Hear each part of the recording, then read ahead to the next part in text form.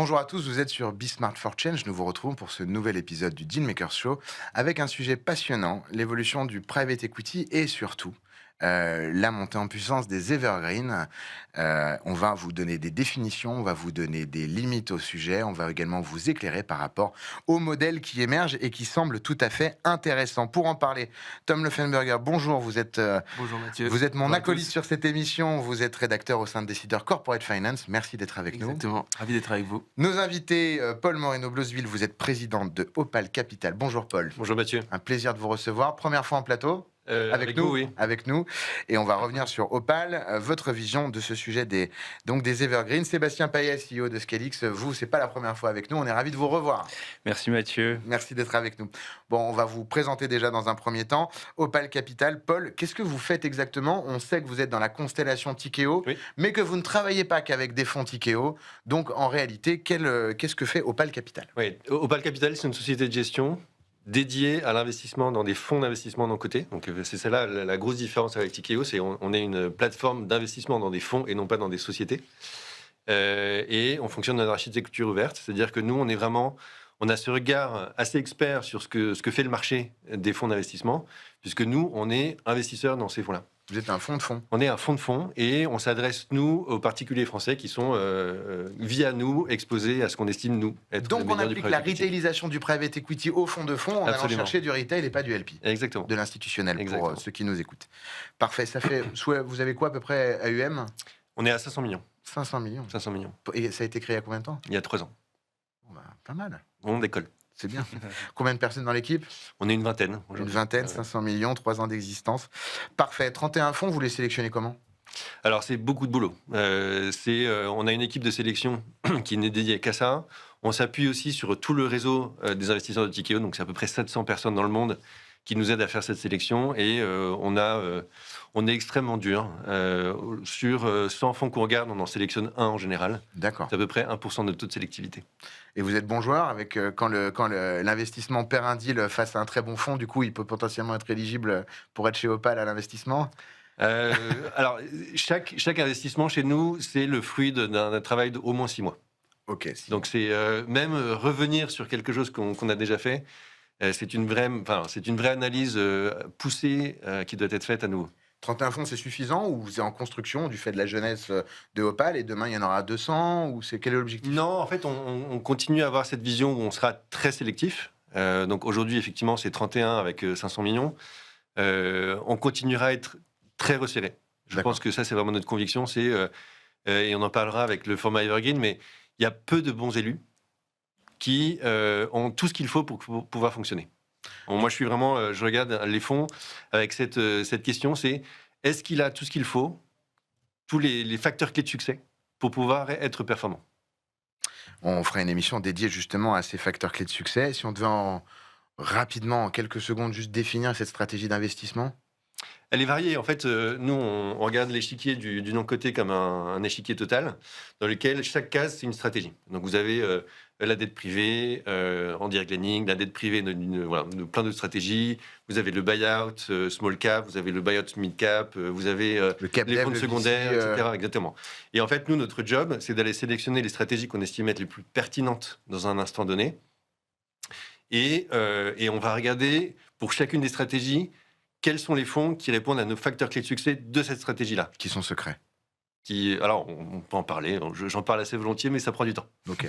Du coup, vous évoquez les différentes classes d'actifs. Donc, du venture à l'infra en passant par tous les LBO ou vous êtes concentré sur certaines Non, la parties? totalité, Ok. effectivement. Ouais. Vous avez du venture notamment. Alors, ça fait partie des choses qu'on regarde et que pour l'instant, on n'a pas proposé. Parfait. Bon, bah, ça me fait un joli lien avec Sébastien Payet, qui connaît parfaitement le monde du venture, mais également du private equity. Donc, Sébastien, CEO de Scalix, comment va Scalix? Et puis, est-ce que vous nous rappelez rapidement ce que vous faites? Très bien, merci Mathieu. Scalix se porte très très bien. Grosse On année, a- 25, je crois, pour vous. On a une grosse année. Et effectivement, cette année, la 2026, on s'attend à. Donc, avant d'expliquer ce qu'on fait, donc on est un outil de suivi et de valorisation de portefeuille.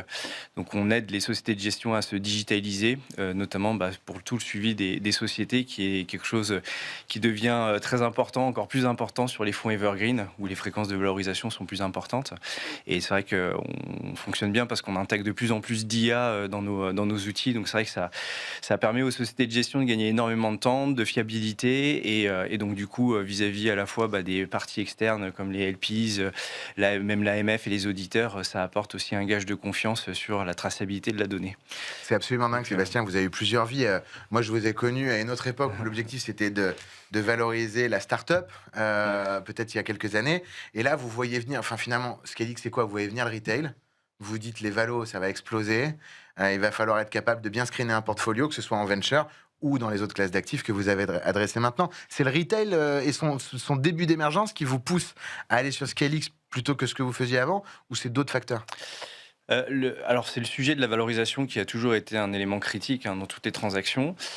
Sur la partie private equity à proprement parler, effectivement, le retail, on en bénéficie aujourd'hui, mais la première tendance de fond, ça a été les consolidations dans le marché du non-coté. Et notamment, même dans l'écosystème français, mais aussi en Angleterre, où on est très présent, on a eu énormément d'opérations où des sociétés de private equity se mettaient à racheter des sociétés de gestion dans le venture, ce qui fait qu'elles augmentaient de 20% leur AUM, mais multipliaient par 5 ou 6 le nombre de lignes à suivre. Du coup, se posaient énormément de questions sur la cohérence des méthodes de valorisation, effectivement sur différentes classes d'actifs, du buy-out jusqu'au venture. Et donc ça a été vraiment ce qui nous a mis le pied à l'étrier pour développer des outils d'automatisation et d'industrialisation. Et effectivement, à ce moment-là, parce qu'on a lancé notre outil, la première version de l'outil fin 2024, donc c'est assez récent, et c'est aussi 2024 l'année où la réglementation LTIF2 est apparue, et effectivement ça a été c'est en train, et c'est l'Eldorado du retail, et qui impose des fréquences de NAV très importantes au fond. Et comme on est sur des instruments très techniques, on parle d'actions de préférence, on parle de dette privée avec des conditions dans tous les exactement, ce qui fait que ça nécessite beaucoup de technicité, beaucoup de suivi, traçabilité d'informations. Et c'est vrai qu'à un moment donné, même Excel a ses limites, et on essaye d'apporter des solutions à ça. Vous avez de l'argent à investir. D'ailleurs, c'est quoi le ticket minimum pour Opale? 100 000 euros. Vous avez 100 000 euros à investir ou plus, vous allez chez Opale, vous devez valoriser votre portfolio, vous allez chez Scalix. Merci en tout cas à tous les deux d'être avec nous.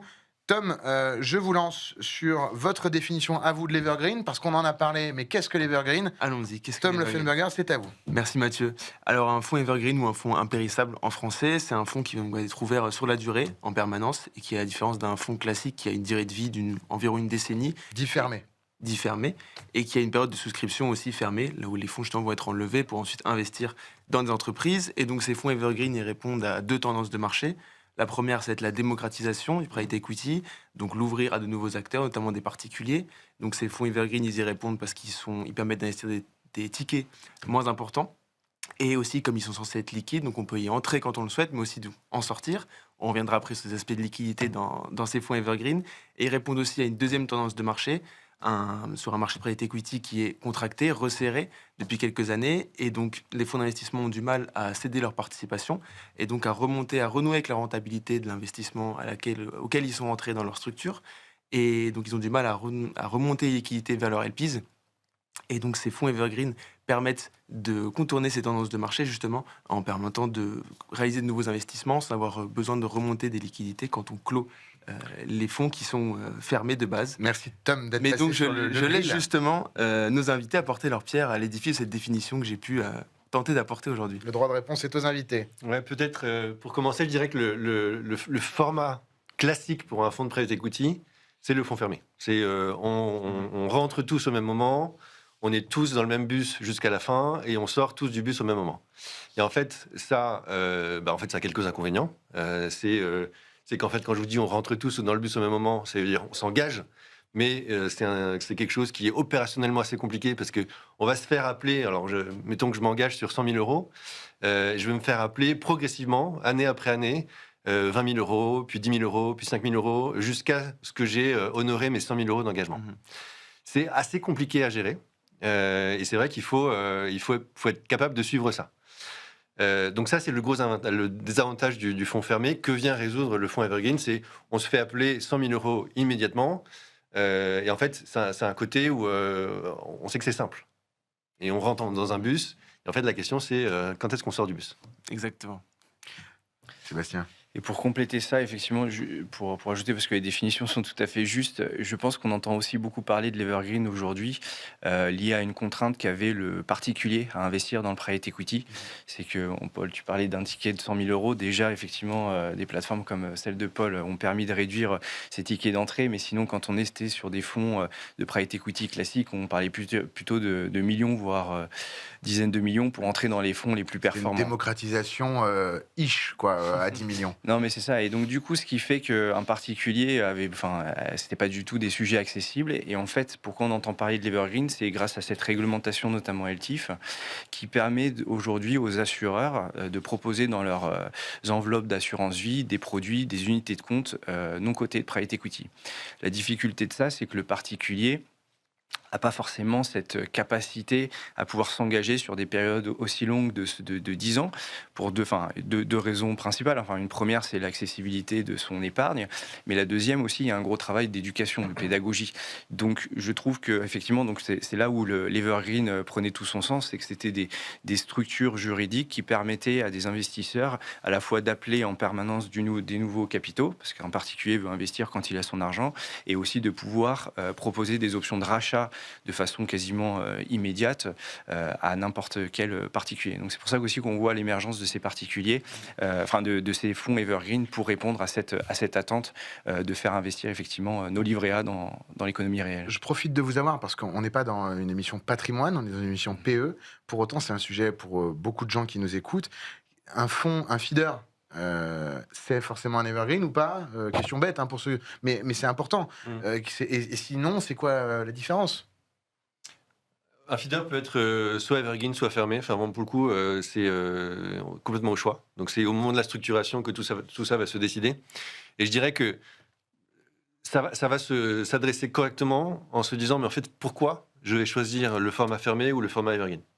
Et en fait, c'est là où il peut y avoir des bonnes raisons de faire de l'evergreen et des mauvaises raisons de faire de l'evergreen. Les mauvaises raisons, c'est j'ai une stratégie, j'ai du mal à lever auprès des institutionnels. Tiens, la poche des particuliers n'a pas encore investi dans le private equity, je vais leur proposer ça. Et en fait, ça va me résoudre ma problématique de levée de fonds. Bon, ça, c'est la mauvaise raison de faire un evergreen. Et il y a des bonnes raisons. En fait, moi, si on fait la différence de maturité entre un fonds fermé et un fonds evergreen, le fonds fermé, en général, effectivement, c'est une décennie. Le terme exact d'un fonds evergreen, c'est 99 ans. Bon, on ne va pas rester investi là, mais en fait, ça permet de se projeter dans du temps très long. Et en fait, ça, c'est les bonnes raisons d'investir dans un fonds evergreen, c'est de se dire, en fait, ma stratégie, c'est aussi de jouer ce qu'on appelle les intérêts composés. Et en fait, les intérêts composés, c'est un profil de valorisation qui est assez flat sur les premières années, et puis qui devient exponentiel. Mais en fait, les premières années, il faut être très patient. Mais après, une fois que ça commence à décoller, ça devient magnifique. Alors, vous avez commencé à l'évoquer, mais c'est marrant, quand on a préparé l'émission, je vous demandais quelles étaient les limites de ce modèle dont on parle beaucoup. Et pour vous, la première, c'est la complexité réelle de la liquidité de ces capitaux, alors même que sur le prospectus, on a l'impression que c'est une réponse à l'illiquidité du fonds fermé. Mais est-ce qu'on peut développer ça? Parce que c'est important, là, d'en parler. Et je le relie directement à votre point. Vous me parlez de perf, là. Vous me dites qu'il faut être très patient. Oui. Mais j'avais l'impression que j'avais une liquidité.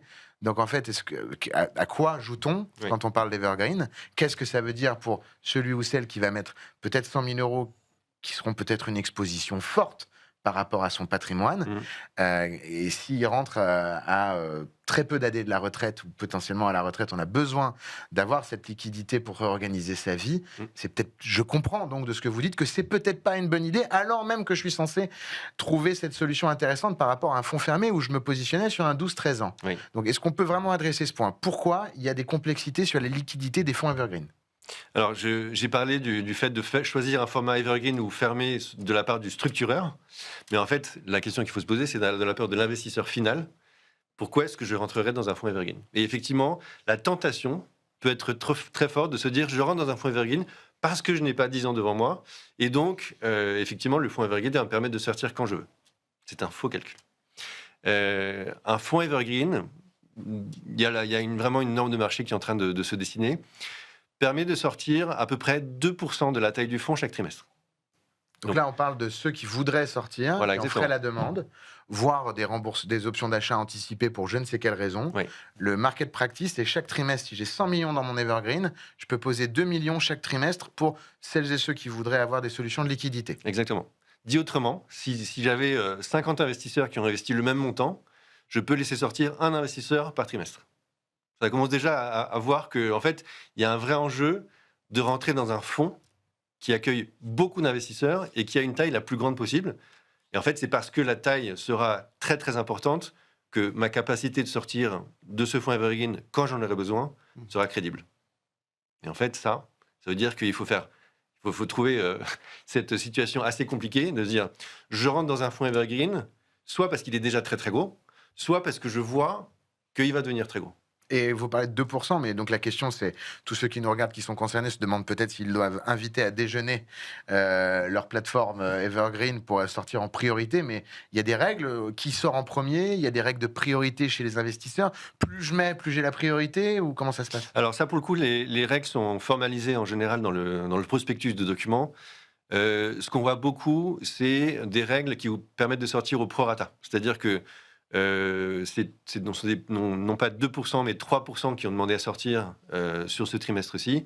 On va laisser sortir 2% au prorata de ce que ces chacun. 3% auraient demandé. Voilà. Et donc, si tout le monde veut sortir, on peut sortir que 2% de son placement. Exactement.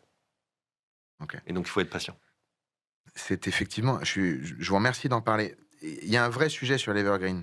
Et après, on parlera peut-être des choses positives, parce qu'il y en a beaucoup, et on reçoit souvent des fonds Evergreen ici. Donc, on ne veut pas être alarmant, c'est juste qu'il faut bien avoir en tête. Dans le cas où, au hasard, le private equity ferait face à une sous-performance de ses portfolios vintage 2019 à début 2023, au hasard. Au hasard, voilà, qui du coup n'est pas du tout en sujet avec le fait de remonter des capitaux, comme le disait Tom. Ça veut dire que l'Evergreen, on aurait pu se dire, en tant que liquide, considéré liquide, tomberait en premier. La fuite des capitaux, ça marche pas, j'enlève le plus vite possible. Mais donc, en réalité, les Evergreen et les fonds fermés seront quasiment dans un cas de fuite globale des capitaux de cette classe, de ces investisseurs retail, seraient en réalité mangés un peu à la même sauce que les fonds fermés. C'est-à-dire, parce qu'il y a... Tout à fait. Tout à fait. L'Evergreen n'apporte pas de solution au cas de sous-performance. L'Evergreen n'apporte pas de solution au moment où en fait, tout le monde veut sortir. Dans un fonds fermé, c'est tout simplement impossible. Et dans le fonds Evergreen, en fait, si vous êtes suffisamment nombreux à vouloir sortir, ça devient aussi impossible. Ouais. Donc, ce n'est pas un problème, ce n'est pas une solution à un problème de liquidité du private equity. Et je dirais que, je reviens sur l'investisseur final qui souhaite investir, il faut le faire avec les yeux grands ouverts et se dire, en fait, ça reste une façon d'investir illiquide. Ça reste un investissement dans lequel je donne le temps à un manager d'aller investir dans une société, d'aller développer un plan de création de valeur et de lui donner le temps de l'exécuter. Et en fait, ça, que ce soit via un fonds fermé ou un fonds Evergreen, en fait, on n'a pas changé ce principe de base qui est, en fait, l'investissement réel, il est illiquide. Et en fait, c'est parce qu'il est illiquide qu'il a de la valeur. Et vous le voyez, on sort du tunnel. Alors, pardon, Sébastien, vous vouliez parler. Non, effectivement, enfin, je rebondissais sur le propos de Paul, c'est tout à fait ça. En fait, on parle d'Evergreen, mais des Evergreen, il en existe dans le non-coté, mais aussi sur le côté. Et en fait, effectivement, l'Evergreen, c'est un outil juridique qui permet effectivement d'acheter et revendre en permanence, mais le sous-jacent reste du private equity, donc du non-coté. Et il ne faut pas oublier qu'aussi, quand on fait on reviendra sur les sujets de valorisation, mais on applique, quand on fait une valorisation sur un actif qui est dans un portefeuille, en général, des décotes d'illiquidité qui sont de l'ordre de 20%. Donc, ce qui montre bien qu'effectivement, il y a une vraie difficulté quand on est engagé avec des actifs non cotés, de pouvoir acheter ou revendre quand on veut, quelle que soit la stratégie. Et donc, c'est vrai que c'est ça la distinction qu'il faut bien faire, c'est que ces véhicules Evergreen sont très intéressants parce qu'ils permettent à beaucoup plus de monde d'investir dans le private equity, mais le private equity reste effectivement un actif non liquide sur lequel, effectivement, il y a des codes en interne. L'avantage de ça, c'est qu'il y a moins de volatilité aussi, c'est qu'on est exposé moins fortement, normalement dans la plupart du temps, il y a des écarts assez forts. Quand il y a des bulles sur les marchés, elles ne sont pas forcément répercutées sur le private equity. C'est pour ça que ce sont des stratégies aussi intéressantes.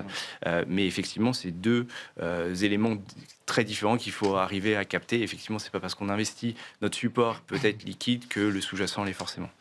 Et donc, on va maintenant parler donc, on a bien abordé le sujet des complexités qui peuvent se présenter à celles et ceux qui n'auraient pas eu en tête ces sujets de liquidité. Pour autant, il y a des ingrédients pour un très bon evergreen qui peut surperformer. Et je crois que c'est Tom qui se positionne sur le sujet avec vous.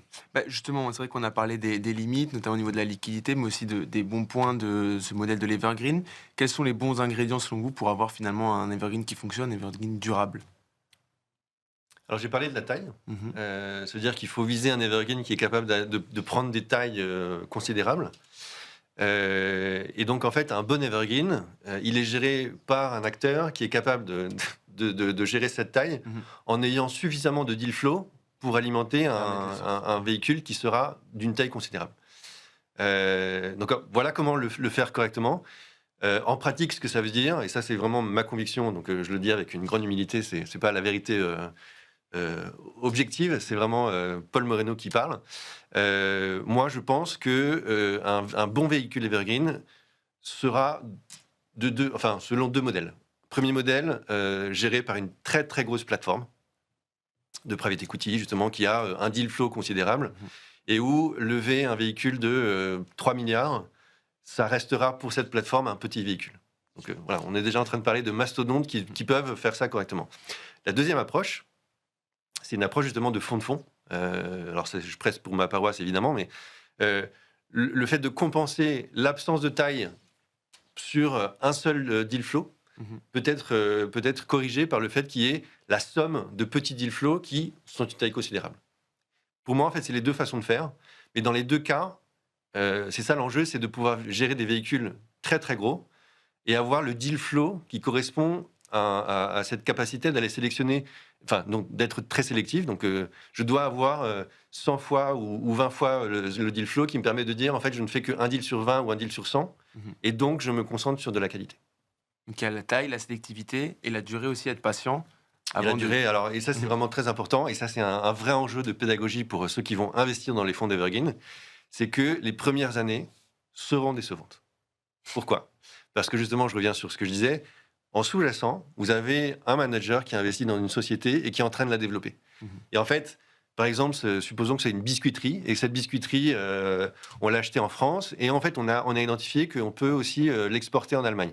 Et bien, en fait, le fait de l'emmener en Allemagne et de prendre la taille suffisante pour que l'Allemagne soit rentable, va prendre quelques années.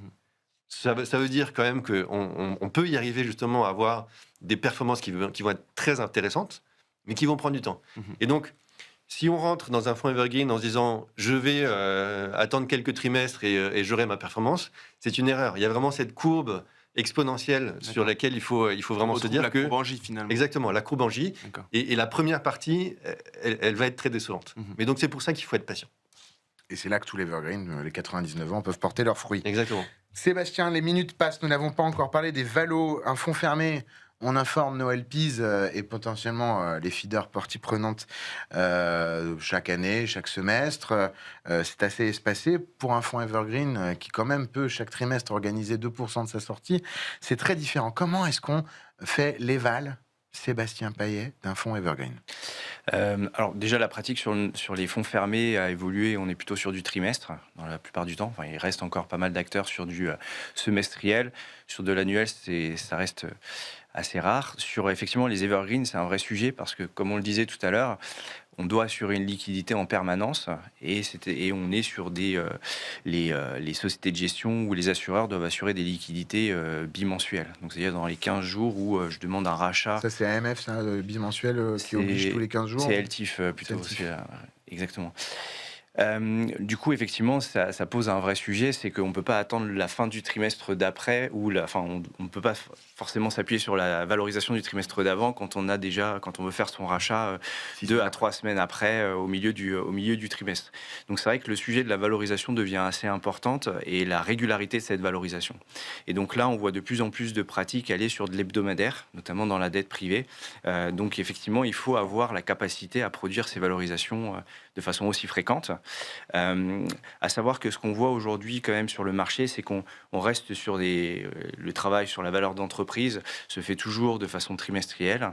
Et par contre, on va actualiser les flux sur la NAV de façon hebdomadaire. Donc tous les mouvements, les remboursements d'intérêts par exemple, s'il y a des transactions, ça va être mis à jour de façon hebdomadaire. Net asset value pour NAV. Exactement, pardon. J'utilise le jargon, c'est net asset value.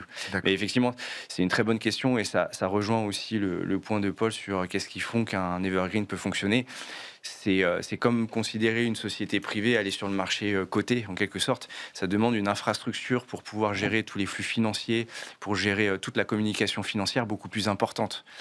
Sur un fonds fermé, on peut avoir le nombre de LP va se compter en dizaines, alors que quand on est sur des evergreens encore qui ont en plus accès au retail, on va être sur des milliers de personnes. Donc c'est les mêmes flux qui vont devoir être gérés, des appels de fonds qui vont être gérés de façon complètement asynchrone, là où quand on est sur du fonds fermé, c'est un appel et on reçoit l'argent à peu près tout le temps au même moment. De la même manière, les renvois, enfin les proceeds, les plus-values sont gérés de façon complètement différente.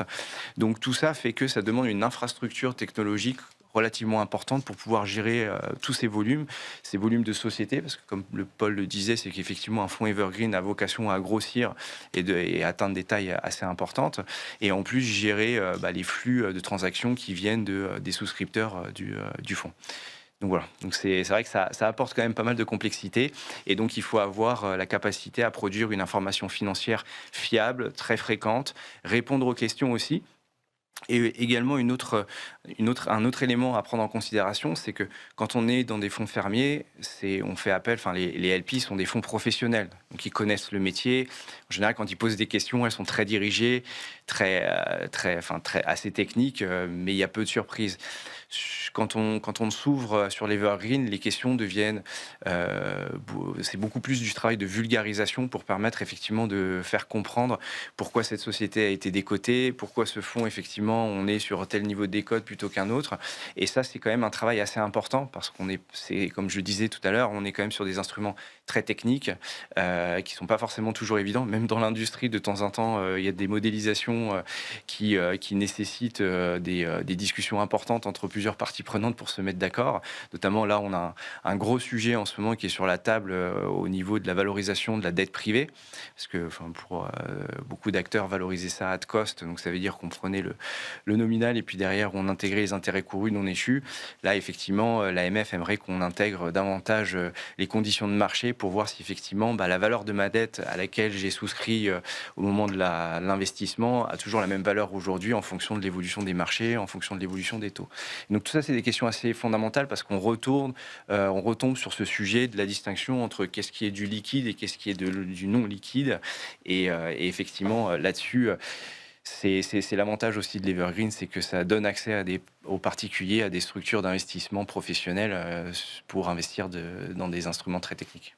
Merci infiniment à tous les deux. Figurez-vous que l'émission est déjà terminée. Il nous reste 15 secondes pour rendre l'antenne. Merci Tom pour vos questions. Merci Mathieu, merci Sébastien Payet, CEO de Scalix. Merci Paul Moreno, président de Opal Capital. Long live Evergreen dans des bonnes conditions. De mon côté, je vous remercie infiniment. Vous retrouvez la suite de vos programmes sur Bismart for Change dans un instant.